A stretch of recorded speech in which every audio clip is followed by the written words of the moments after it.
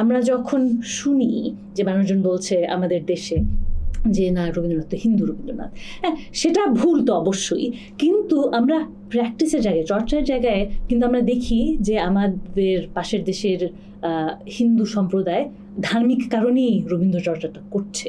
তো সেটার একটা প্রভাব তো পড়বেই এই ডিসকোর্সে, এই যে আমরা যে কীভাবে নিচ্ছি সেই একটা জায়গা থেকে। কিন্তু একইভাবে আমার মনে হয় যেটা সুন্দর জিনিসটা হচ্ছে যে আমাদের দেশের রবীন্দ্র চর্চা কিন্তু ধার্মিক এই ধার্মিক ব্যাপারটা থেকে দূরে সরে এসেছে। এটা হিন্দু ধর্মের ব্যাপারেও তাই। আমাদের দেশে যারা হিন্দুরাও গানটা শেখে তারা যে ধার্মিক একটা